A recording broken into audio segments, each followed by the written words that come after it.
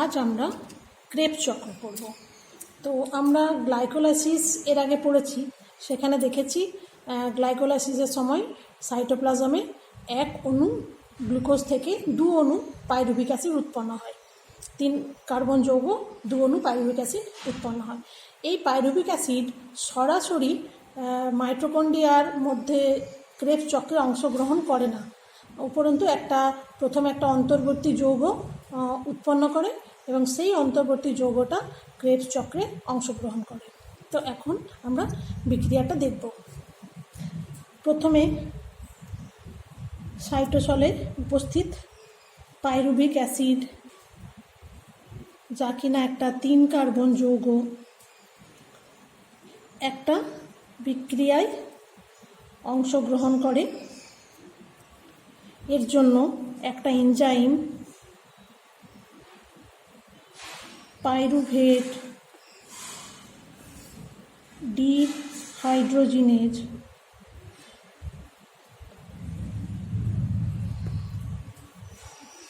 অংশগ্রহণ করে এবং এই পাইরুভেট ডিহাইড্রোজিনেজ অ্যাকচুয়ালি একটা এনজাইম কমপ্লেক্স। এর মধ্যে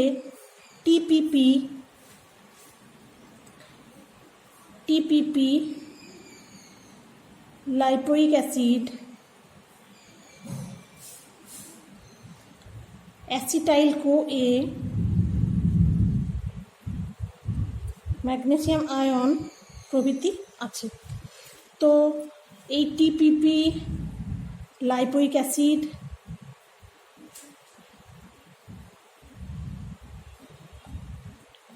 কোএনজাইম এ এরা মিলিত হয়ে ডিহাইড্রোজিনেজ উৎসেচকের সাহায্যে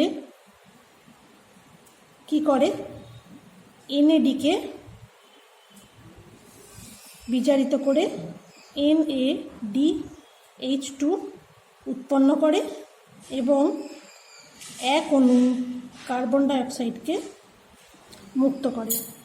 এবং এই বিক্রিয়াটা সালোক গ্লাইকোলাইসিস আর ক্রেবস চক্রের একটা অন্তর্বর্তী বা ইন্টারমিডিয়েট ফেজ।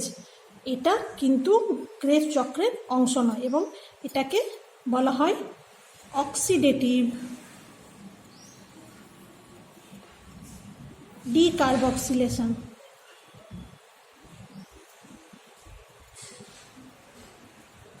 এই বিক্রিয়াটা হচ্ছে অক্সিডেটিভ ডিকার্বক্সিলেশন বিক্রিয়া এবং এর ফলে তৈরি হবে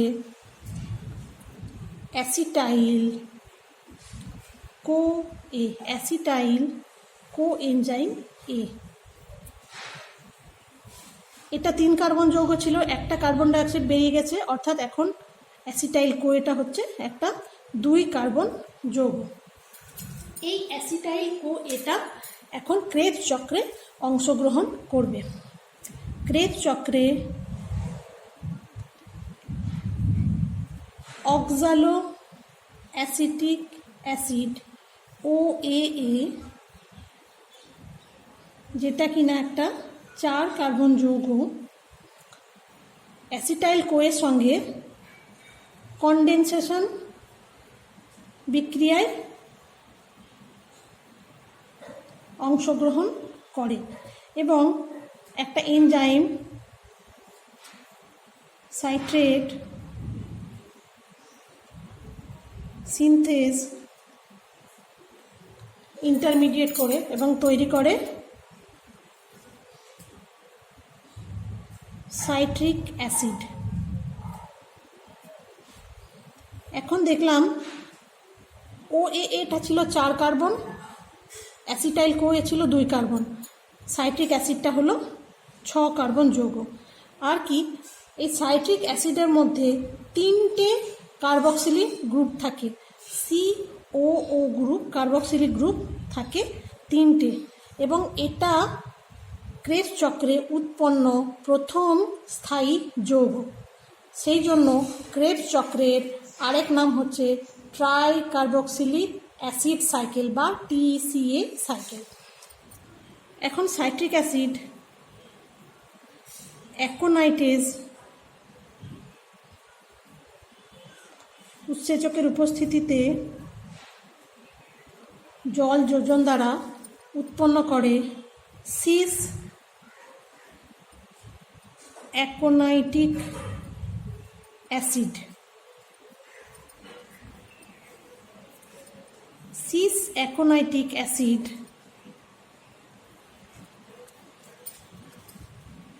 আবার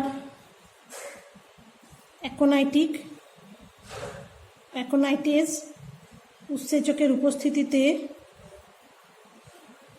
উৎপন্ন করে আইসোসাইট্রিক অ্যাসিড। এগুলো সব 6 কার্বন যৌগ। এখন এই আইসোসাইট্রিক অ্যাসিড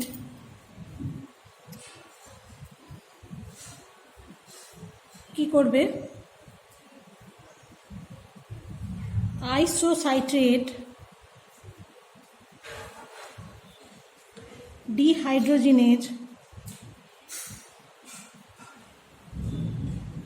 উৎসেচকের সাহায্যে এক অণু NADH2 উৎপন্ন করবে, NAD+কে বিজারিত করে, এবং যখনই এই এনার্জি রিচ কম্পাউন্ড উৎপন্ন হবে, 1/2 molecule of oxygen and 1 molecule of water release হবে।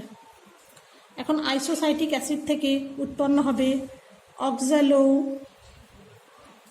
Succinic acid.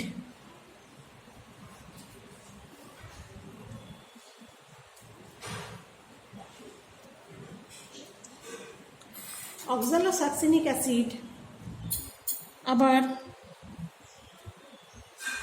একটা ডিকার্বক্সিলেশন বিক্রিয়া অংশগ্রহণ করবে। উৎসেচকের নাম অক্সালো সাকসিনিক ডিকার্বক্সিলেজ, যার ফলে কি হবে? এক অণু কার্বন ডাইঅক্সাইড রিমুভ হবে। এখন এটা ছিল, এতদূর পর্যন্ত ছিল 6 কার্বন যৌগ। এখন এই 6 কার্বন যৌগ থেকে একটা কার্বন ডাইঅক্সাইড রিলিজ হয়ে যাওয়ার জন্য একটা কার্বন কমে যাবে এবং তৈরি হবে 5 কার্বন যৌগ আলফা কিটো গ্লুটারিক অ্যাসিড।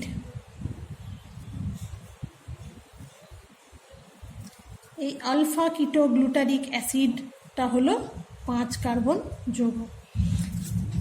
এই 5 কার্বন যৌগটা আবার একই সঙ্গে ডিহাইড্রোজিনেজ উৎসেচকের সাহায্যে ডিকার্বক্সিলেশন এবং ডিহাইড্রোজিনেশন প্রসেসের মধ্যে দিয়ে যাবে। উৎসেচকের নাম হচ্ছে আলফা কিটো গ্লুটারিক ডিহাইড্রোজিনেজ। এখানে অনেকগুলি ঘটনা ঘটবে। কো এনজাইম এ যুক্ত হবে আর এক অণু NADH2 তৈরি হবে NAD থেকে। আর কি হবে? একটা ডিকার্বক্সিলেশন হবে, একটা কার্বন ডাইঅক্সাইড বেরিয়ে যাবে, নিয়ে তৈরি হবে সাকসিনাইল CoA।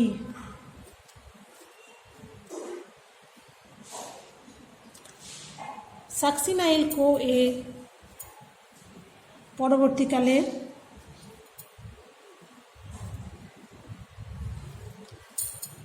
একটা এনজাইম সাকসিনাইল থায়োলেজ এনজাইমের উপস্থিতিতে কো এনজাইমকে রিলিজ করে দেবে,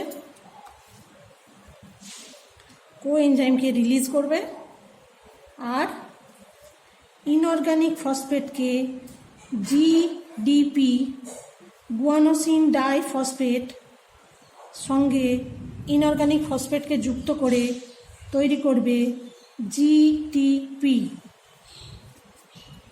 জিটিপি প্লান্ট সেলের ক্ষেত্রে এটিপি, অ্যানিম্যাল সেলের ক্ষেত্রে জিটিপি, গুয়ানোসিন ট্রাইফসফেট, এটাও একটা এনার্জি কারেন্সি।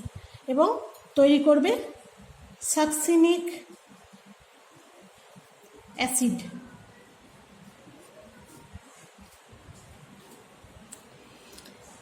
এই সাকসিনিক অ্যাসিডটা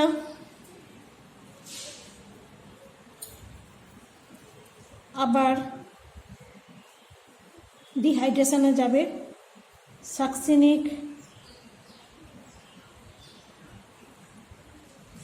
ডিহাইড্রোজিনেজ উৎসেচকের সাহায্যে একটা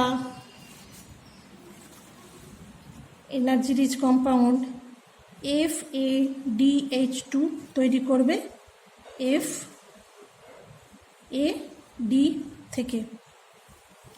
এবং এখানেও হাফ মলিকিউল অফ অক্সিজেন আর জল তৈরি হবে।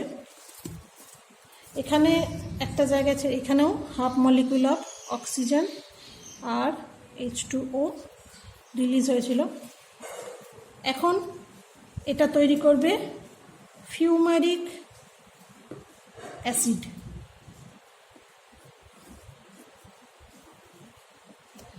এই ফিউমারিক অ্যাসিডটা হাইড্রেটেড হয়ে ফিউমারেজ উৎসেচকের সাহায্যে তৈরি করবে ম্যালিক অ্যাসিড।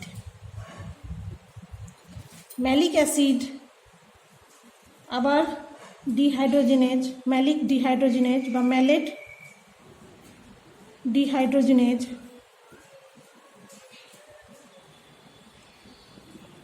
উৎসেচকের সাহায্যে একটা এনার্জি রিচ কম্পাউন্ড NADH2 তৈরি করবে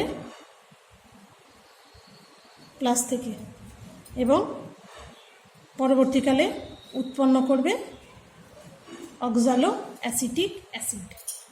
তাহলে এখানে 5 কার্বন থেকে 4 কার্বন হয়েছিল সাকসিনাইল CoA এবং এই 4 কার্বন যৌগটাই কন্টিনিউ করবে টিল দ্য অক্সালো অ্যাসিটিক অ্যাসিড। তো এটা হলো পুরো সাইকেলটা।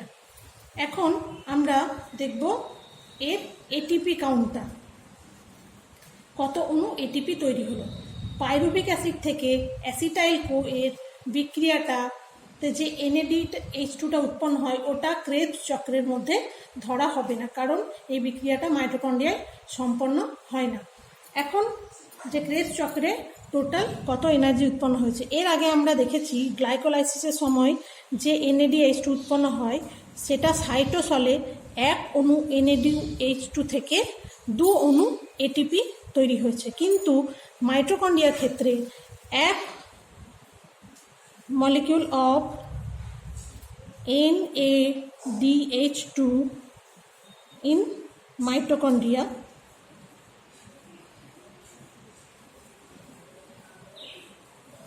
in mitochondria 1 molecule of NADH2 is equal to 3 ATP और 1 molecule of FADH2 is equal to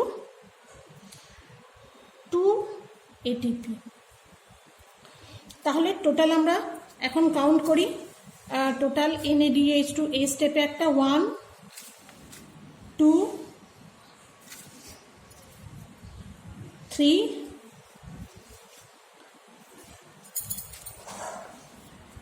3 1 2 3, তাহলে 3 মলিকুল NADH2 হচ্ছে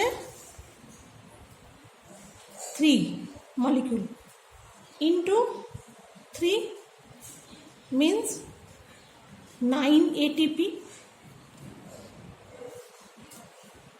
9 ATP R 1 FADH2, 1 molecule, we got 1 molecule of FADH2,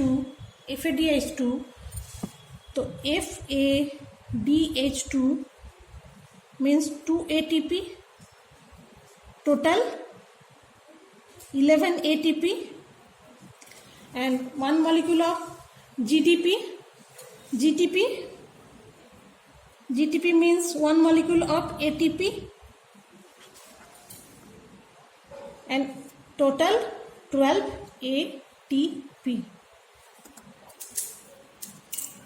The net gain for Krebs cycle for 1 molecule